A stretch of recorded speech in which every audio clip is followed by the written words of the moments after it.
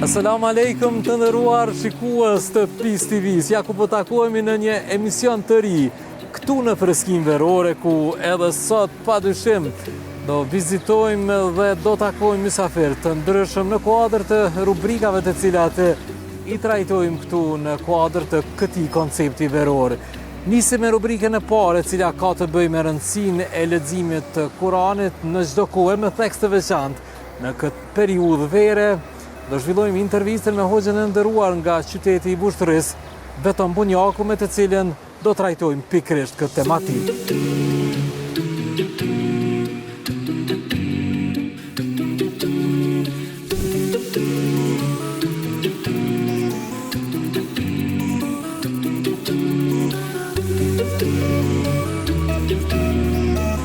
Dërsa tani pikërisht është koha që të zhvillojmë intervistën të cilën sapo e paralajmërova.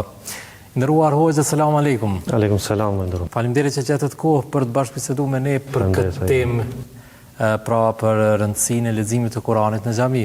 Faleminderit edhe juve për pjesëmarrjen këtë xhami. Ju falenderoj shumë për këtë tematikë shumë qëllume. Sigurisht se leximi i Kuranit hoxhë në xhami ka një peshë, ka një vlerë të jashtëzakonshme. Me tekst të veçantë kur ajo zhvillohet brenda hapësirës së xhamisë. Si e shpjegon feja jonë këtë dukuri, pra këtë veti kaq me peshë dhe rëndësi? Përderisa ne besimtarë të besojmë fjalën e Kuranit si fjalë të Zotit, kjo konsiderohet gjëja më madhështore që njeriu mundet me bë, për shkak se është duke përshpërit fjalën që Zoti e ka folë. Dhe kjo pra është fakti që e dallon fjalën që gjendet në Kur'an prej fjalës që gjendet jashtë Kur'anit, e që shpërblimet për këtë vepër janë madhështore, siç thoshte pejgamberi Muhamedi sallallahu alaihi wasallam, që leximi i një shkronje të Kur'anit shpërblehet me 10 shpërblime. Po ashtu edhe pejgamberi Muhamedi sallallahu alaihi wasallam një hadith tjetër thoshte ma radda al-ibadu kalaman ahabba ila Allah min kalamihi, nuk kanë përshpërit njerëzit, ose nuk ka mundësi që njeriu me folë me gjuhën e tij fjalë më të mirë e më të vlefshme se sa fjala e Zotit të tij të madhërisht. Pra kjo është arsyeja pse në Islam vlerësohet shumë leximi i Kuranit, sidomos në gjuhën arabe në të cilën ka zbrit dhe nuk është ndryshuar asnjëherë domthonë me kalimin e viteve. Pra hoxhë, me një fjalë, kur besimtari vjen në xhami përveç arsyes bazë, pra për faljen e namazit, mundësinë e ka jashtëzakonisht madhe për të fituar sevape shtesë. Këtë aspekt, pra përveç edhe faljeve të 2 rekateve namaz nafile, pra leximi i Kuranit është njëra nga sevapet më të mëdha që mund t'i fitojë besimtari apo jo. Patjetër, këtë argumenton edhe një hadith tjetër i pejgamberit sallallahu alaihi wasallam, që flet enkas për këtë lloj të adhurimit, që thoshte pejgamberi Muhamedi sallallahu alaihi wasallam, nuk ndodh që një popull ose disa njerëz të mblidhen në xhami dhe të lexojnë jetlune kitab Allahi wa yatadarasunahu. Nuk ndodh që me lexu librin e Allahut brenda një shtëpie prej shtëpive të Zotit, me lexu rreth tij dhe me meditu rreth tij, përveç se do t'i kaploj ata qetësia në zemrat e tyre, pastaj do t'i kaploj ata mëshira e Zotit, dhe po ashtu do t'i rrethojnë me lajket këta njerëz, dhe po ashtu Allahu i madhërisht thot i përmend dhe lavdërohet me ta në një prej mezhliseve të ndershme që gjenden afër tij. Kjo pra është një veçori të cilën e kanë njerëzit të cilën afrohen në xhami, e hapin mushafin, e lexojnë Kur'anin, meditojnë rreth tij. Gjë që përderisa disa të tjerë i shfrytëzojnë për shembull kohën që janë në xhami, e shfrytëzojnë nëpër telefona kështu më radh, pse mos ta hapim Kur'anin e ta fitojmë këtë veçori të këndshme. Uqsimu bimawaqi'in nujum wa innahu laqasamun law ta'lamuna 'azim. Innahu laqur'anun karim في كتاب مكنون يمسه إلا المطهرون تنزيل من رب العالمين. A është e përcaktuar, për shembull, a ka peshë sasia e leximit që ne duhet ta bëjmë në xhami para faljes së një vakti, apo rëndësi ka përmbajtja dhe vazhdimësia e këtij adhurimi? Patjetër se është shumë e rëndësishme që njeriu të ketë vepra të vazhdueshme dhe të mos mashtrohet me sasi ose me kuantitet. Më rëndësi është kualiteti të cilën e lexon dhe mediton rreth tij. Mundohet njeriu që të bëjë një rregull ditor të leximit të Kuranit, edhe po ashtu rregull po them edhe të namazeve, përderisa duke falendruar Allahun kemi besimtarë të cilët i frekuentojnë xhamit. Pse mos ta bëjnë adet, pse mos ta bëjnë traditë ditore që pas çdo namazi ta lexojnë një faqe, ose pas namazit të drekës, ose ndonjë namaz pas namazit të sabahut që prezantohen besimtarët, pse mos ta bëjnë traditë ta lexojnë një ose 2-3 faqe nga Kurani. E kjo me të vërtetë është prej gjërave më të dashura në Islam, siç thoshte pejgamberi sallallahu alajhi wasallam, vepra më e dashur tek Allahu është vepra e vazhdueshme, edhe nëse është e paktë. Padyshim. Hoxhë, në periudhën kur ne po flasim, sigurisht se ka angazhime të shumta njeriu i zakonshëm, pra ka punë, ka lodhje, ka stres, ka mbingarkesë, dhe ankesat të kësaj natyrës ne hasim çdo ditë qoftë nga besimtarët, qoftë nga njerëzit e zakonshëm. Dua të di se si ndikon leximi i Kuranit te këto kategori, pra sa Kurani arrin të qetësoj zemrat e njerëzve të cilët thuajse çdo ditë gjejnë ankesa të natyrave të ndryshme. Kjo është një garancë nga ana e Allahut të Madhërisëm që nëse lexohet Kurani, nëse përmendet fjala e Tij, nëse meditohet rreth tij, me të vërtetë zemra do gjejnë qetësi.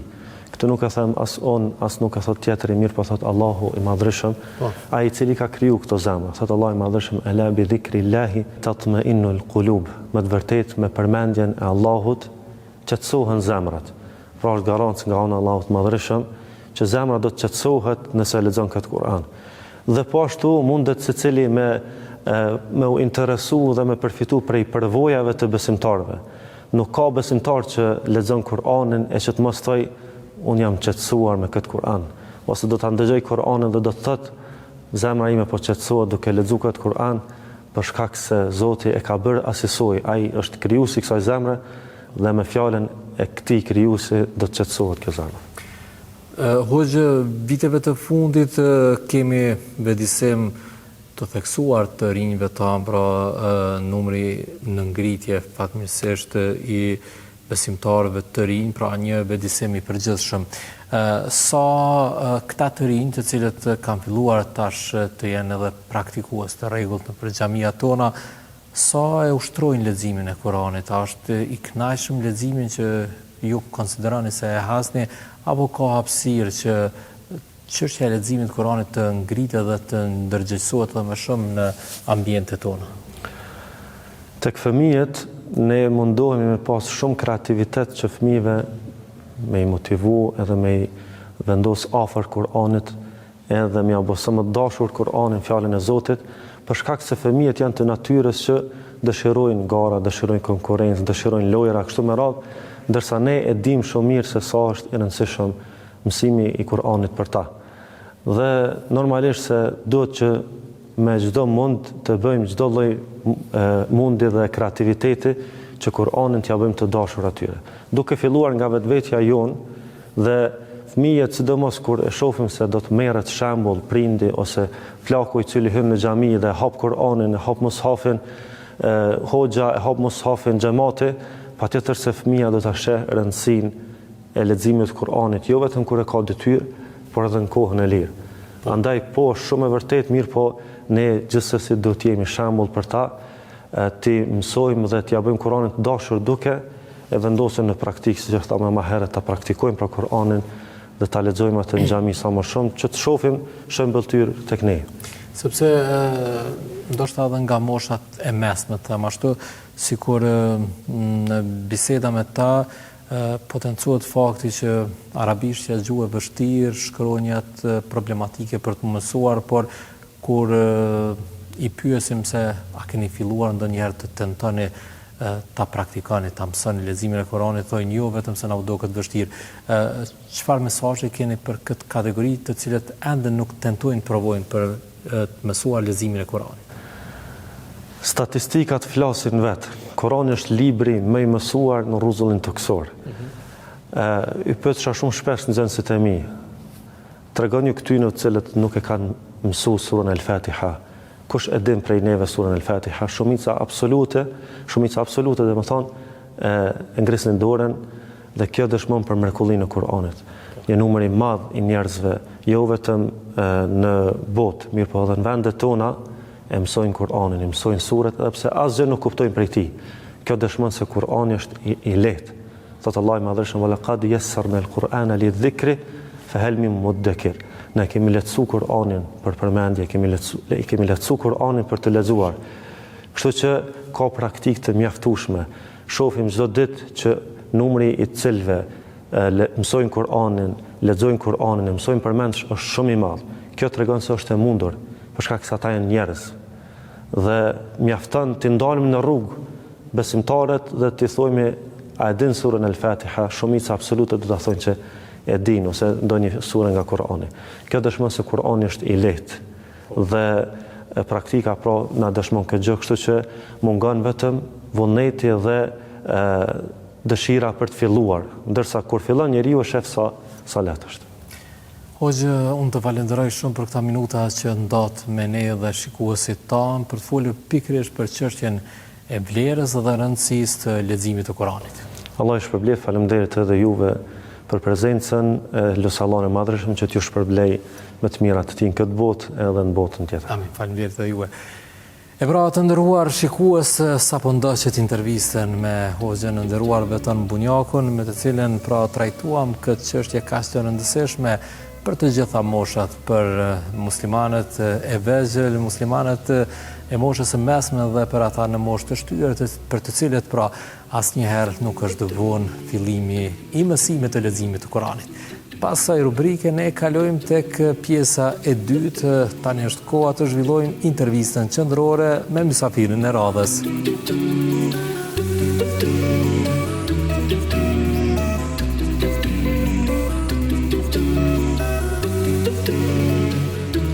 Ndërsa tani miqtë të nderuar, është koha të zhvillojmë bisedën në kuadër të intervistës qendrore të emisionit Freskia Verore.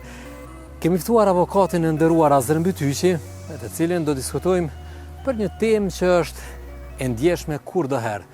Të flasësh për përkujdesin ndaj të moshuarve, ndaj më të dashurve tanë, pra prindërve dhe gjyshërve. Të gjitha këto do i trajtojmë në këtë intervistë tash.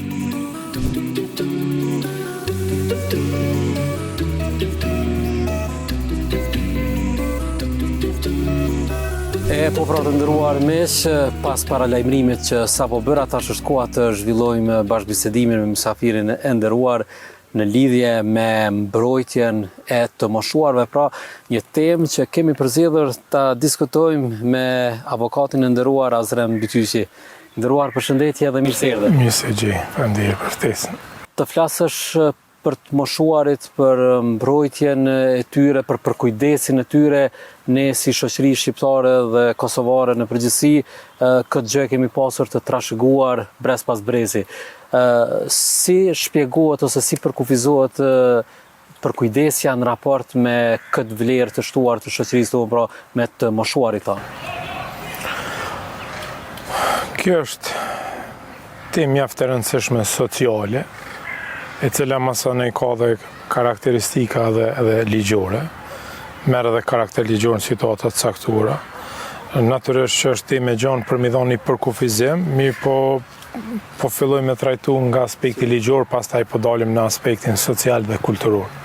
Në aspektin ligjor, fëmijët e kanë obligim me u kujdes për prindrit, të cilët i kanë në përgjithësi, braktisja ose mos kujdesi për nevojat bazike të atyre që i kinë në kujdestarin, këtë rast i bjen edhe fëmija, ose dikush me aftësi kufizume, ose prindi më shumë, dhe i cili vështërsohet gjendja e tij shëndetësore, qo fizike, qo psiqike, si rezultati mos kujdesit, të duhur, minimal, elementar mbi nevojat e tij, atëherë kjo përbën vepër penale, edhe përbën bazë që personat përgjegjës edhe të dënohen për shkak të mos përmbushjes detyrime familjare, përkatësisht cënimit të shëndetit të prindërve. Dhe në zakonisht është vepër që nuk është që është shumë karakteristike në shoqërinë tonë. Kjo për faktin se në përgjithësi tashmë është fenomen shoqëror që prindrit e moshuar mund të jetojnë edhe vetë, si rezultati rrethonave të ndryshme sociale. Mas pari është ndërtimi të këtyre familjeve atomike ose bazë, cilat shumë shpesh për eliminojnë prind, pra jeta me familjen e ngushtë, një trung familjar burr, grua dhe fëmijë. E dyta është për shkak të emigrimit shumë të madh, që një numër i madh i prindërve i kanë fëmijë jashtë, cilat për shkak të nevojave ekonomike kanë shkuar jashtë vendit. Dhe natyrisht që ata kujdesen për ata prind, po jo t'jenë afër tyre fizikisht në shumicën e periudhave kohore.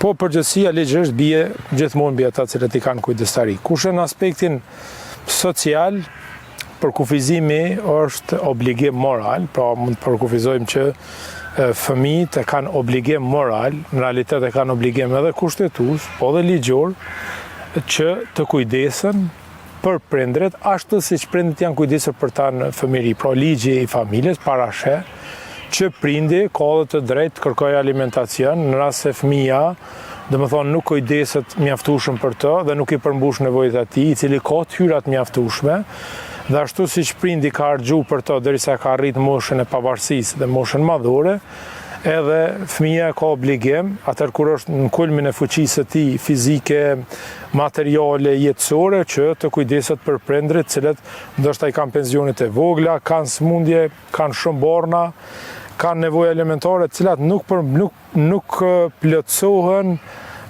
nga tyrat e tyre, po duhet që të kenë ndihmën e fëmijëve.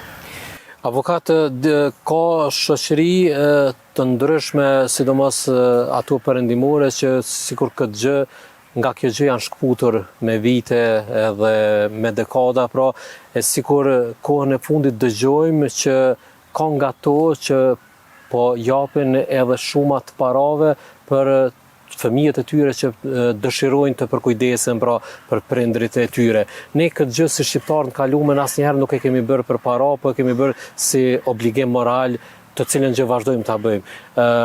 Çfarë duhet të bëjmë ne që ta ruajmë këtë vlerë edhe më tutje si shoqëri, sepse sikur viteve të fundit pak termi privatësi në martesat e çifteve, pra sikur ka filluar të theksohet më shumë. Po mendoj që na si shoqëri tradicionalisht dhe historikisht e kemi pasur një tërësi të vlerave kulturore, cilat shoqënia i ka zbatu, i ka konsideru të mirë qena dhe natyrisht që ato kanë qenë edhe burimi i frymëzimit shoqënisë, në mesin atyre vlerave ka qenë edhe natyrisht rujtja e familjes, respekti prindve, kujdesi për prindrit, për vëllezërit, për motrat, domethënë ka pasur ajo që quhet kohezioni familjar, u ka një fuqishëm lidhja mes familjes. Kjo me kalimin e viteve o zbe, sidomos pas luftës, kjo është rezultati zhvillimit të ofshëm ekonomik, rezultati ndikimit shumë më të modernitetit dhe të efekteve të saj, sepse moderniteti merr shumë prej modeleve perëndimore, e prej modeleve perëndimore është një jetë e lirë, një jetë jo shumë kolektive, një jetë pa shumë, domethënë jo domosdoshmërisht me shumë përgjegjësi familjare përtej atyre që janë ngushta obligative, sikurse në këtë rast fëmijët dhe bashortja, një jetë intime, muj me thonë kështu, ku dojnë me jetu gratë veç në banesa ose në shtëpia dhe mos me jetu me vjerri. Edhe natyrisht që zakonisht kjo vjen si rezultati tolerancës shoqërore. Për shembull kur burrat i ngojnë shumë gratë, kur marrin shumë prej modele perëndimore me seriale, me filma, përmes modeleve kulturore që i prezantohen në rrjetet sociale dhe natyrisht që të i pas referencat nga perëndimi, bëhet normalitet shoqëror që do të milon prind, mos me këshir prind, që në realitet nuk janë shumë të theksura në shoqërinë tonë, po janë rritje. Sidomos mendoj në hapësira urbane. Ma shumë se sa të në rurale, sepse në zona rurale, në fshatra, në provinca, halo ekziston një lloj halo ekziston një kulturë, domethënë e cila s'është ndiku shumë nga kulturat e qytetit. E që kulturat e qytetit zakonisht janë kultura shumë moderne, janë shumë ndikume prej një jetë shumë liberale, shumë të hapun edhe shumë moderne, sesa në fshat. Fshati halo e ka një farlloj trashëgimie, një lloj lidhje me vlerat e të kalumës. Edhe mendoj, kështu që çka do të me i bo me rujt pyetja bazë, sepse kjo një lloj si hyrje, kjo varet çka konsideron vlerë. Për shembull, nëse ti don me rujt traditat e babës, e babgjyshit, se babë e babgjysh na kanë edukuar që është vlerë morale e zonës, e popullit, e historisë, e paraardhësve tonë që do të me i kqyr, apo kupton pleq, me pas një lloj ndërgjegje morale që qysh ata për shembull na kanë kqyr neve me tënë ato hjeka, sidomos në atë vakt me dhe më shumë hjeka se tash, jetë shumë më të vështirë. Atër dhe na e kemë obligim, e kemë borç moral, nëse ti ki një set moral ndërgjegjes, një tërësit vlerave dhe ndërgjegjes morale që do të mja kthy borçin. Nuk është ai borç material, nuk është ai borç i shkruam, nuk është i numëruar, po është një borç që ti të njëjtën s'mundesh mja kthy. Ti domethënë të njëjtën lodhin e nonës, pagjumësisë nonës, mundimet e nonës, vujtjet e nonës kur e ka bark, me pas njëri veç mja rifresku vetës, domethënë mja kthy vetës një shirit historik veç me përjetu pak gjendjen, natyrisht që të njëjtën me pas mundësi me i kqyr prind, borç nuk mundet mja vlo borçin. E tash kjo varet se çka ki vlerë. Për shembull, nëse ki besimin Zot, edhe beson botën tjetër, e beson ditën e llogarisë, e beson shpërblimin e Zotit, e ki model profetin Muhammed a.s. për shembull që domethënë ata hin xhenet ai që respekton prind. Allahu në Kur'an që me i respektu, mu kujdes për prind, nëse janë pleqni, keni obligim. Tash këtu janë motivime shtesë, nëse ti e ki domethënë për te setit moral të shoqënisë ose të kulturës dominante në shoqëni që ka qenë historikisht, e ki edhe besimin, që në realitet ajo është pjesë e besimi, është pjesë e kulturës, edhe kultura është pjesë e besimit. Sepse shoqënia jonë edhe këto vlera nuk i ka ndërtuar pa një bazë shëndosh besimit, po kjo shoqëni që është e brumosur me besim që 600 vjet, domethënë e ka marrë komplet substancën e vlerave, ato kur përsëriten kthehen në kulturë, zakonet pra kur përsëriten kthehen në kulturë dhe ajo kulturë trashëgohet. Pra është tërësia aty në rregulla morale shoqënisë. Edhe ata nuk e din ka kanë burimin, po këto është burimi. Tash ti nëse ke edhe besimin, kjo është frymëzim shtesë për me dëru, për më kujdes, për më dhon fjalë të mira. Kështu që unë mendoj që njeriu që ka besim edhe ka vlera morale, ka ndërgjegje njerëzore, ka humanitet, natyrisht që ai kujdeset për prind, edhe e din dhe besoj që beson veten e tij që ky është problem kom ju kthy, ose në mënyrë në këtë botë me fëmijët vet, ose kom ju kthy në botën tjetër nëse beson. Dhe pikërisht kur jemi tek fëmijët, në të kalumën tonë, në familjinë tonë, po edhe më herët tek prindrit tonë, pra familjet kanë qenë të mëdha dhe fëmijët janë rritur në prezencën, në praninë e gjyshërve.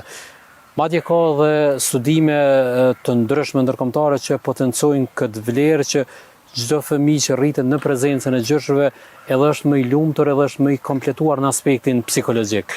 Si duhet shihet kjo në përditshmërinë tonë sot, kur e thatë edhe ju që në familjet urbane sikur mungon pak a shumë një gjë e tillë, sikur fëmijët rriten me mallin e gjyshërve ose i takojnë nëpër vikende apo në fund muajit.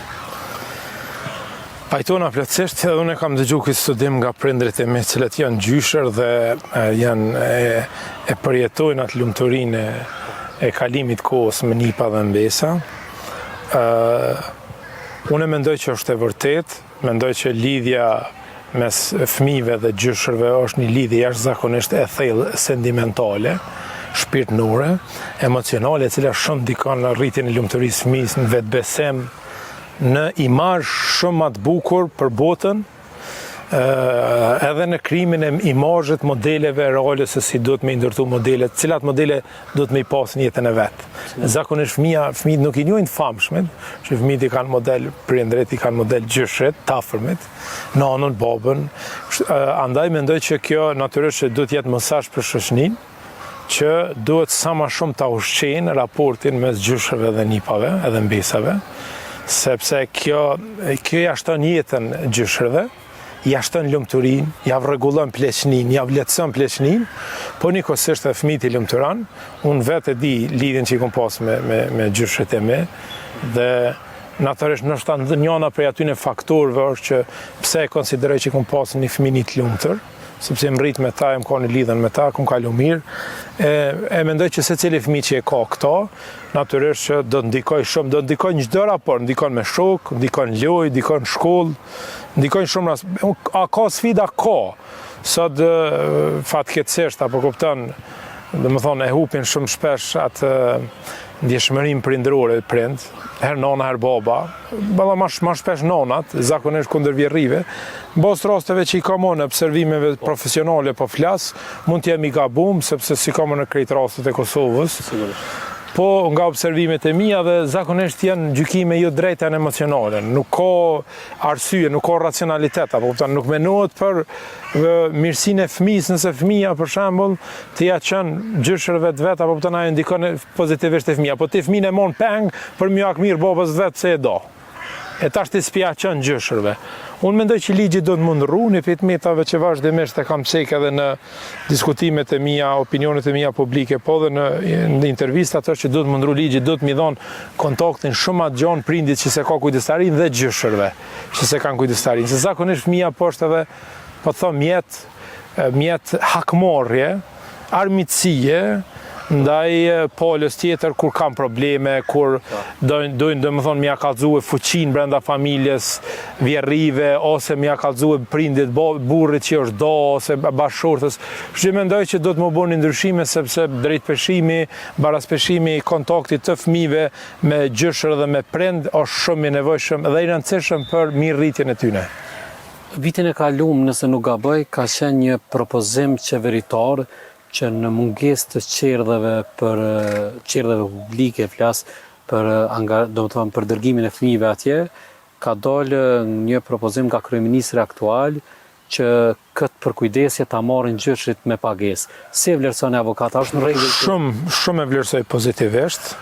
Mendoj që është jashtëzakonisht propozim i qelluar.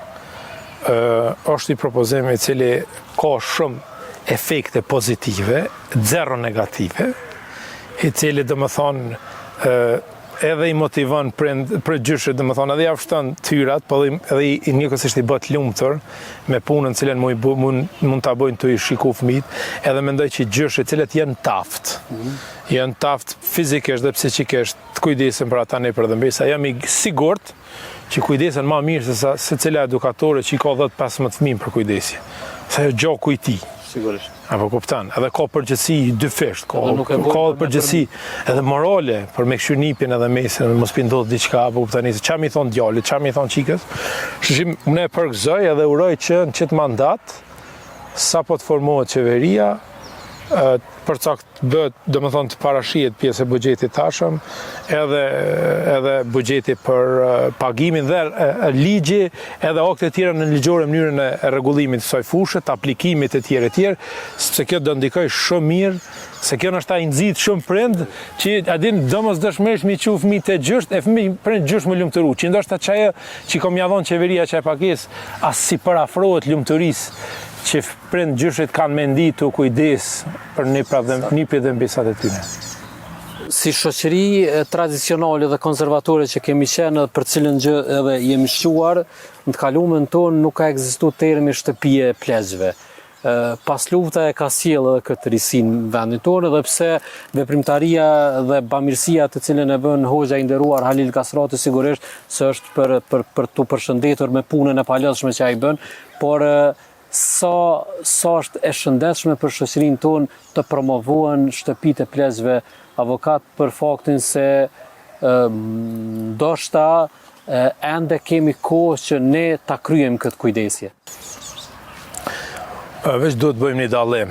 Shtëpia e pleqve të Hoxhës Halil Kastrati ka të bëj me përkujdesin e të pleqve cilët s'kanë fëmijë.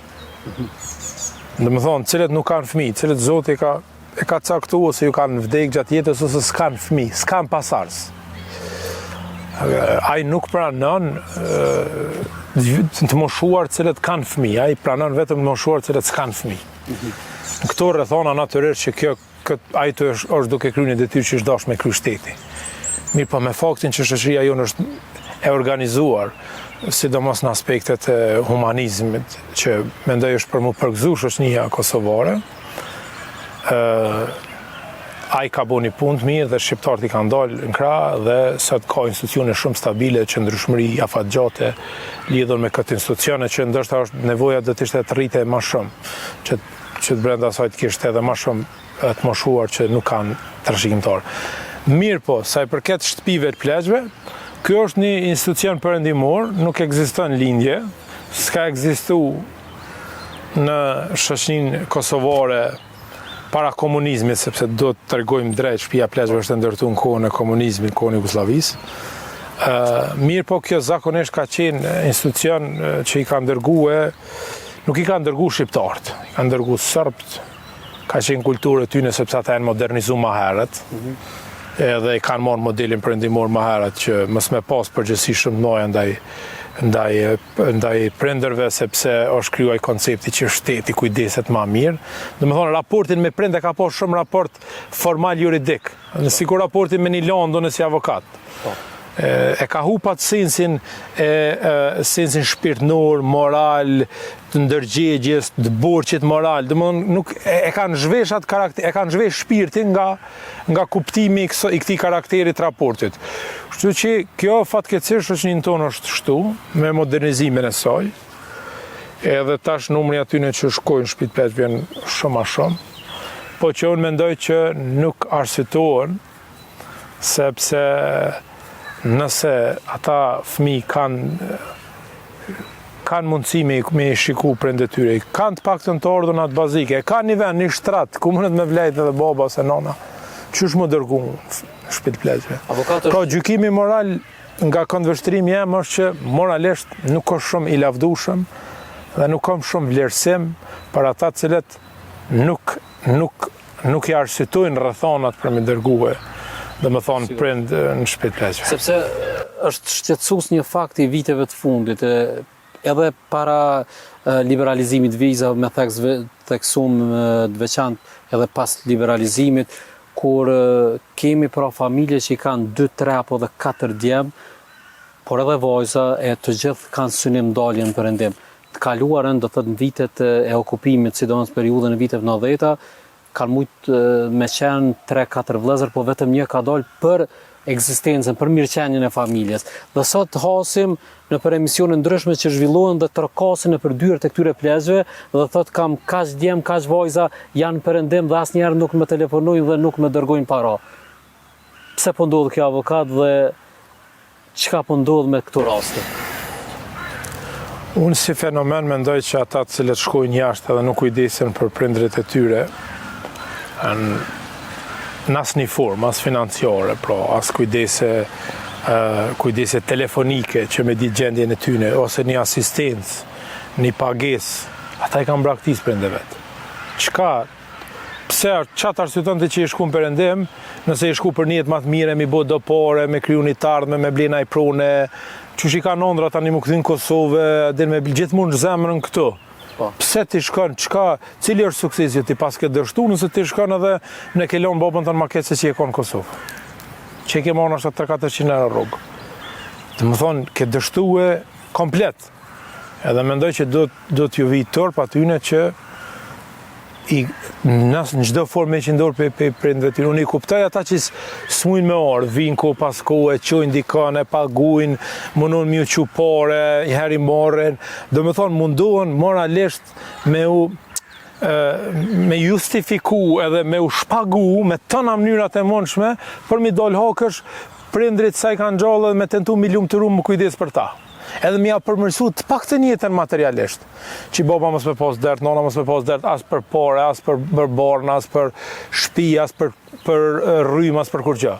Unë këta i kuptoj, dhe më thonë, i kuptoj, se janë të varur për rrethonave. Mirë, po ata cilët i braktisjen, mendoj që nuk dallojnë kur gjë për atyne që më perëndim, që unë kam dëgjuar shumë shpesh që i presin telefona edhe për Krishtlindje me i thirr, e presin me vesh të telefonin mos pi thirr mja ru Krishtlindjen, a vitin e ri, a ditëlindjen, dhe më thonë perëndim edhe nuk i thirr. Sigurisht. E që mendoj që është turp nëse na si shoqni, element shoqnisë tonë më rrinë dhe në qatë nivelin ma të neveritshëm të zhveshjes morale që e ka prodhuar një pjesë e shoqnisë perëndimore. Nëse na e hupëm totalisht bëmë pa ndjeshëm, dhe më thonë raporti me prindin tonë, më në të më konë veç raport ka dek baba, okej, faleminderit që më njoftove me shku me varros atë edhe me më kthy në shpitanin me vazhdo jetën.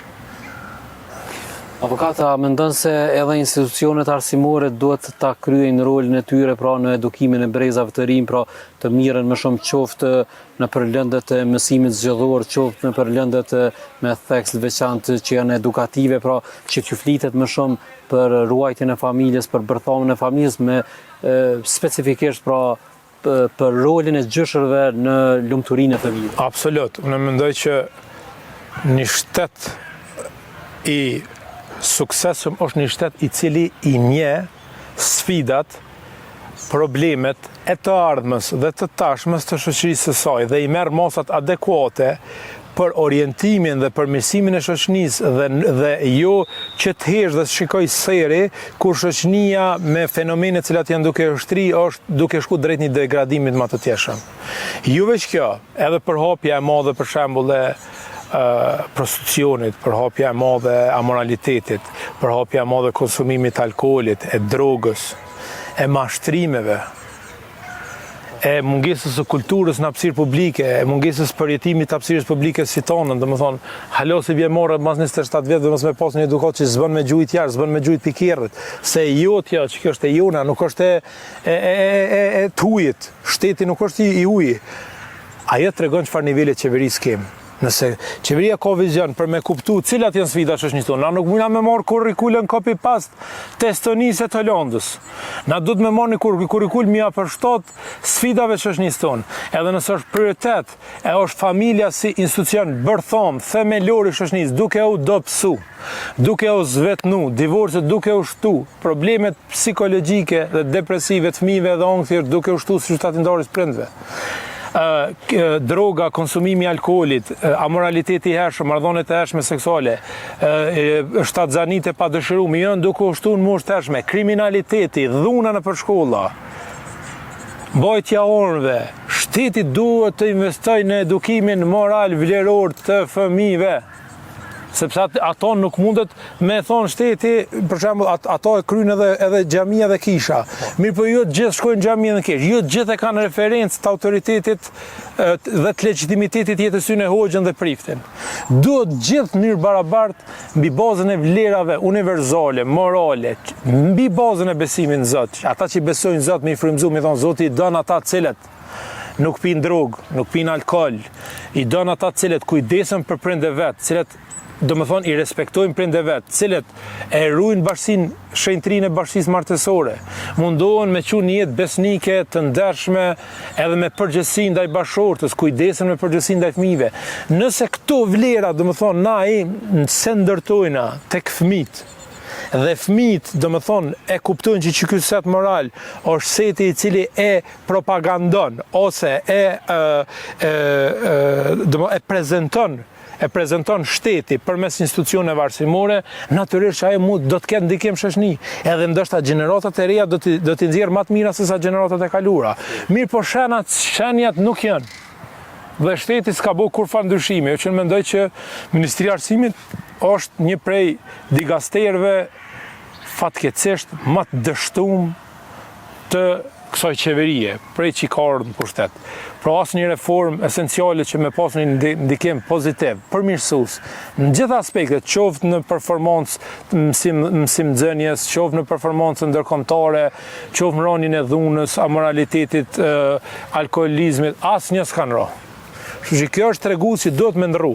Duhet mësim besimi, duhet edukata qytetare, duhet familja, shëndeti, këtu lënd, edhe me u fund shkolla, po dhe me u përmirësu me material shtesë, që me pas hapësirë ma shumë se sa shumë lënd, cilat mund me qenë lënd të,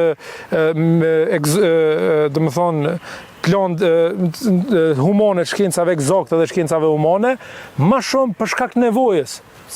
Edhe pse rolin edukativ parimisht bazike ka familja, mirë po jo të gjithë prind, jo nivelet të tilla të formimit intelektual dhe vleror që mund mi dhon fëmijëve set vlerave. Na shumë plot fëmijë që shohin apo kupton sepse e nin babën në nonën të shon rrugë, të shon edhe ai e nin babën në shtëpi, shon rrugë. Tash ai prezanton setin e vlerë familje. Për çeta shkolla duhet me pas një rol shumë të rol lartë edukativ që ka pas në kaluar. Mësuesi ka pas shenjtëri, ka pas respekt, sot s'ka, fatkeqësisht. Degradimi është për shkak shoqënisë, po edhe është degradimi për shkak të dështimit në leximin e realitetit edhe nevojave të arsimit të secilës qeverit pas luftës.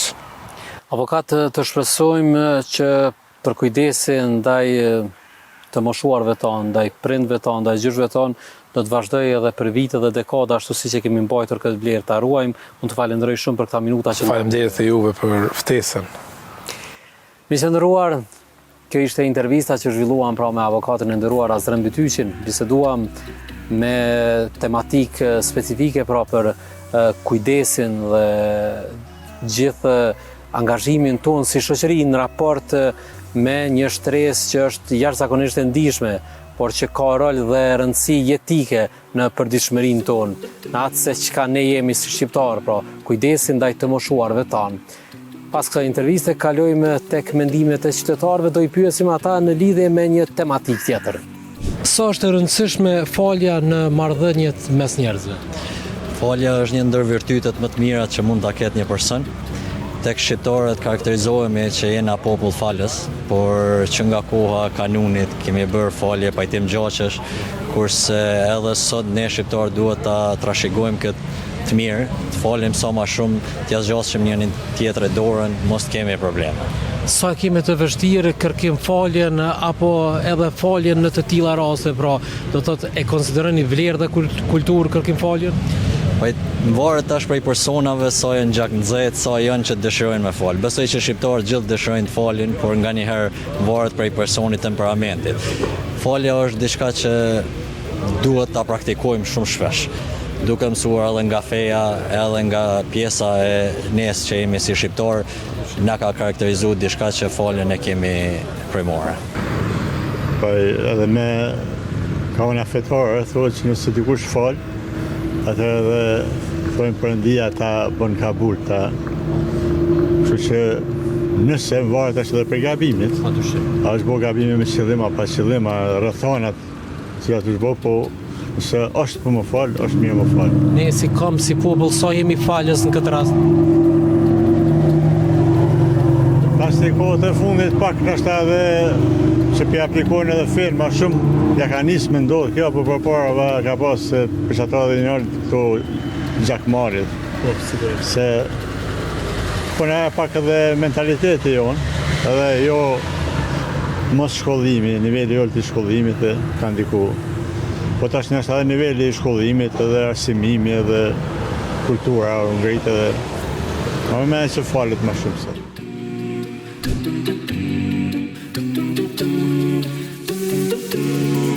E po pra të ndëruar me që pas mendimeve që ndoqëm nga qytetarët tanë, me të cilët pra zhvilluam pyetjen se sa ne si njerëz jemi falës në raportet tona të përditshme, pra në raportet ndërnjerëzore, pikërisht për këtë tematik do zhvillojmë intervistën me hoxhën tonë të nderuar Rasim Haxha.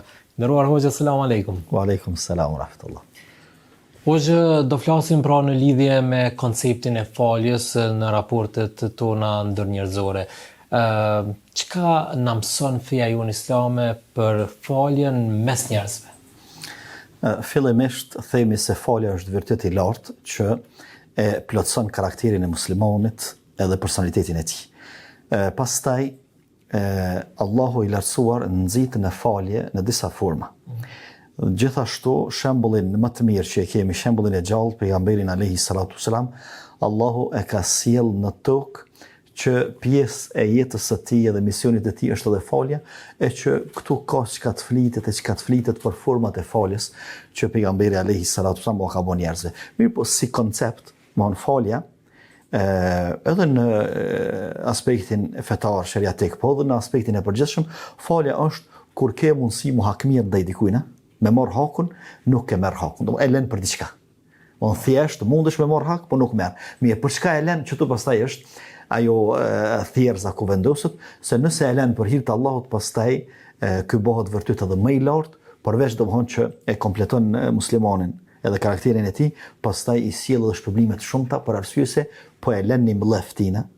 Do të thonë nuk po e përmbush ose nuk po i hakmirët atij që mund të më hakmir, thjesht për hir të Allahut, sepse besimtari ka nevojë për falje, në atë moment i kujtohet falja, edhe e fal në sajtë asaj që unë po i fali njerëzit, ndoshta Allah do të fal mua. Por hoxhë, në përditshmërinë tonë, sa qenia njerëzore arrin të jetë korrekte në këtë pjesë, sa ne arrin ta mpushtim vetveten tonë dhe të jemi më shumë falës se sa mbajtës të natit, apo se sa brenda neve të dominoj mlefi, e pastaj ai mlef pra të na shtyn drejtim veprimeve tjera që edhe mund të na qesin nga kontrolli. Po gjithsesi. Kjo është shumë e rëndësishme që besimtarin, apo flasim për besimtarën muslimanët, kur e kuptojnë natyrën e tyre njerëzore, që pjesë e natyrës është nervoze, është harresa, është lakmia, të gjitha këto mundën me na çu deri te një shkelje. Mirë, nëse dikush këtu i ka bë karshi neve sot, na mundemi bë nesër karshi tjetër, na mundemi bë aty. E kështu që përderisa njeriu është i tillë, sado që ruhet, sado që mundohet më urujt edhe me qenë korrekt me tjerët, e i butë, e i urte, prap ka me pas secili njeri që dikush me i fal, me ia fal ndonjë sjellje, me ia fal ndonjë fjalë. Dhe pikërisht kjo është ajo që e ka karakterizon shoqërinë islame. Allahu i lartësuar edhe pse e ka zbrit një ajet në rastin e Abu Bekrit, radhiyallahu anhu, kur Abu Bekri është mlefosur ndaj një të afërmit të tij, për cilin është kujdes financiarisht dhe i ka bërë shumë të mira, mirë pa i pastaj e ka ka lëndu shumë Abu Bekrin në rastin e shpifjes për vajzën e tij Aishën, gruan e pejgamberit alayhi salatu wasalam, edhe ka vendosur me ia shkput ndihmat. Allahu thot ala falyafu wal yasfahu.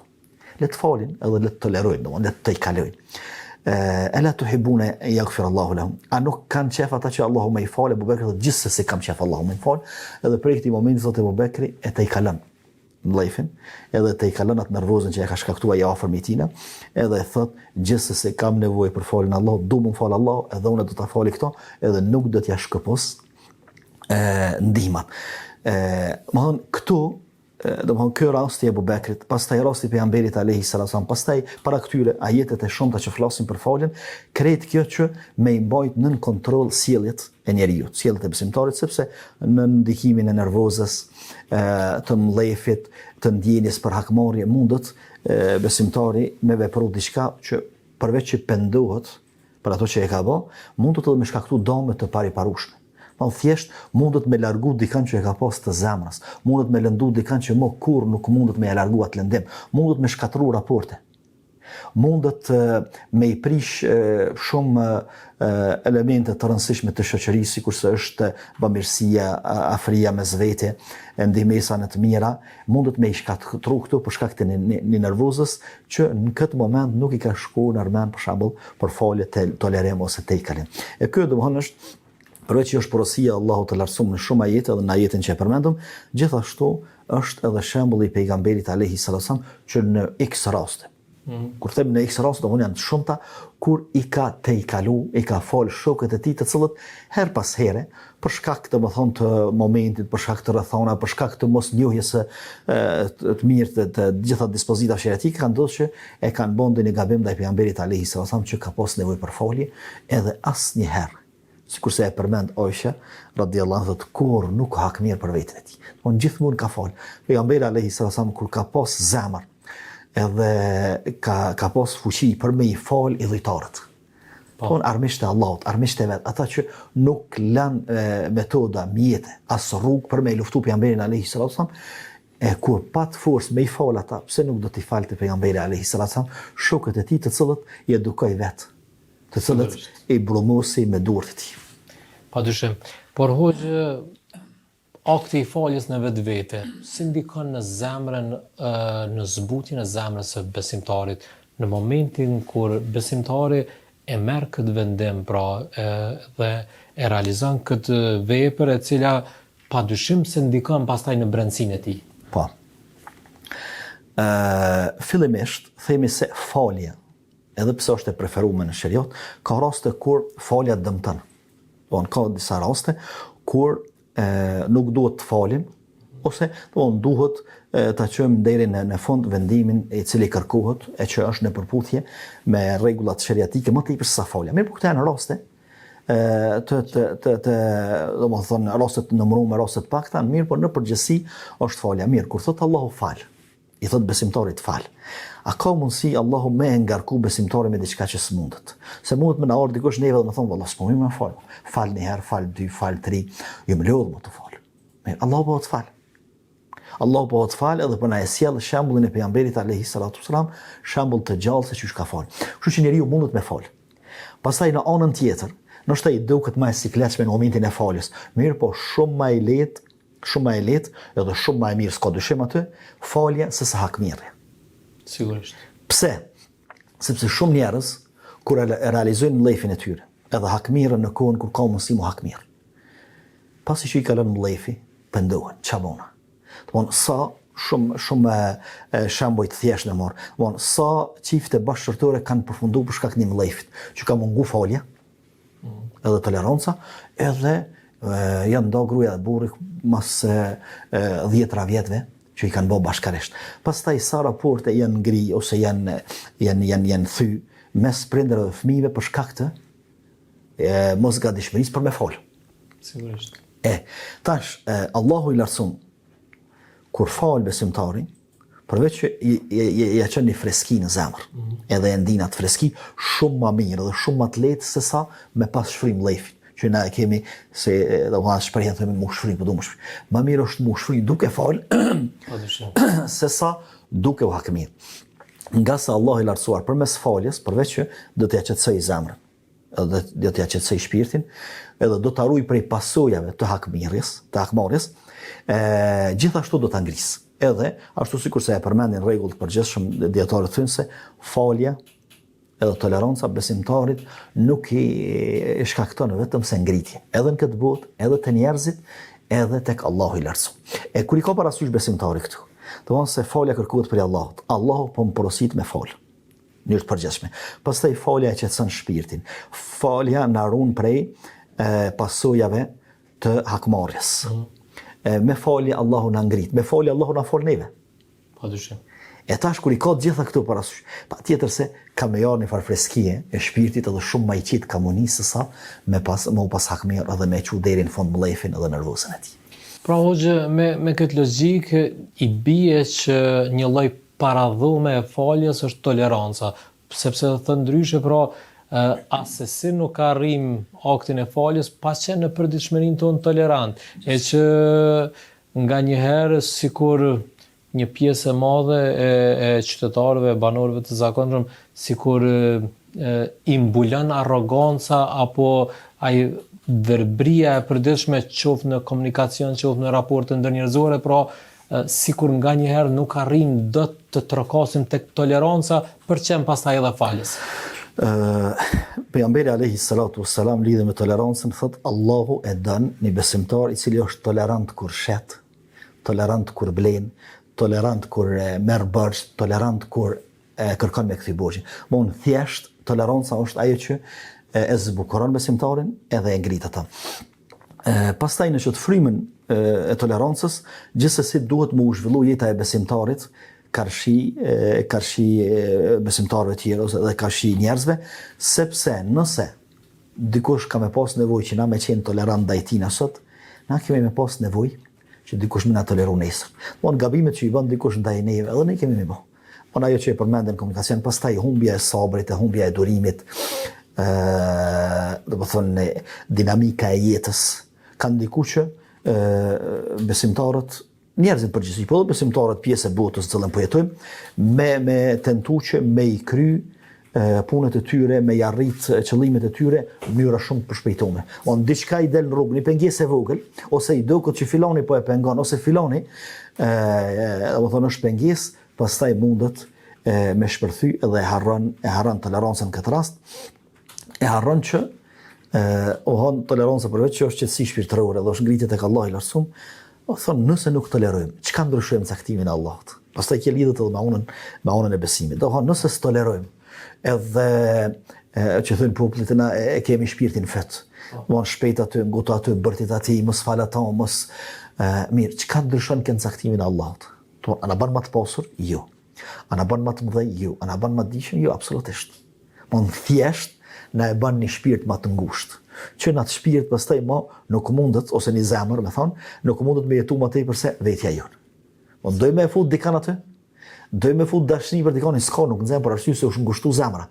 Duke ik tolerancë, e ka tje, s'ka tolerancë, nuk ka ndjesi për falje, atëherë e ngushtuat zemra. Vallai ngushtuat zemra edhe për ata, do të thonë njerëzit kanë fillu me jetu me veten e tyre. Do të thonë i kanë njerëzit tjerë, pjesë të jetës tyre nëse kanë interes. Do të thjesht interesi është bo ai emërusi i përbashkët i jetës së njerëzve. Kemi interes, po deri kur e parashikojmë interesin të filonit, deri aty unë është. Mirë, e dikan që e do zemra, do që kemi bove në zemër, e kemi toleru për hitë Allahut, nuk i kemi kërku llogari. Të bëhëm sepse toleranca është e kundërta e kërkimit të llogarisë për çdo detaj. E tash e përmendin dietarët, po përmendin edhe sociologët, që shëndeti mental shumë varet prej tolerancës ose mos kërkimit të llogarisë për gjithçka. Do të hynë në shtëpi, do të bashkëshortet të njëri tjetri kanë me gjetë shumë gjëra për cilat sikur të kërkonin llogari, do mund kish me qenë normale. Te fëmia gjithashtu, në punë, me punëtorët, me shefin, me kolegët e punës, me stafin, me gjithë këto. Mirë, nëse i kërkojmë në llogari në çdo detaj, pastaj ku mbetet ajo fryma tolerante, ku mbetet ajo fryma e vëllezërisë, ku mbetet ajo fryma që ne përveç që jetojmë për veten tonë, jetojmë edhe për një tjetrin. Thjesht, sa të mujmë u boj do bëshëm edhe për tjerët, nëse s'mujmë u boj do bëshëm s'paku bile, mos me i bo dëm dikujt edhe mos me ja ngushtu ose me s'me nxi jetën. Sigurisht. Nderuar host, të falenderoj shumë për këta minuta që ndat me neve për këto këshilla kaq të arta dhe miqësore. Faleminderit edhe juve. Të nderuar miq, pra kjo ishte intervista që sapo zhvillova me hoxhën e nderuar Rasim Haxha, të cilën diskutuam pikërisht në lidhje me tematikën të cilën e zhvilluam më herët edhe me mendimet e qytetarëve që kishin të bëjnë pikërisht sa ne jemi falës si popull. Këtu është edhe fundi i këtij epizodi, deri në takimin tonë të radhës. Asalamu alaikum.